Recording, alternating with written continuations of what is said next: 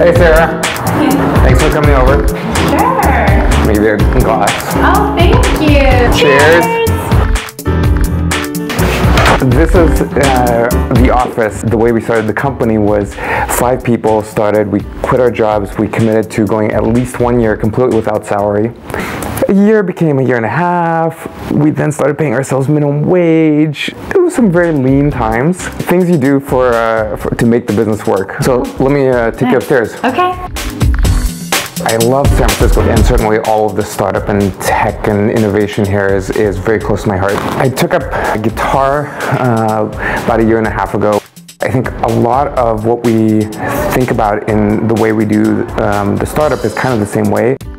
You just have to keep fighting away at it little by little, and eventually it works into something big and it works into something great. Backblaze has been around for 5 years.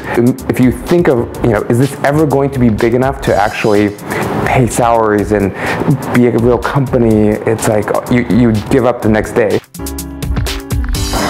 What would you say the #1 thing is that you do outside of the office that helps to drive your performance in the office? I think hang gliding is probably the thing that really helps me in a lot of ways. It trains you to focus on the minute things, like exactly where your hands are, exactly where the kite is, but also on the really big picture, like are there other hang gliders flying around me? Is the ground thousands of feet below me? And so it helps push you to look at both the small and the big picture.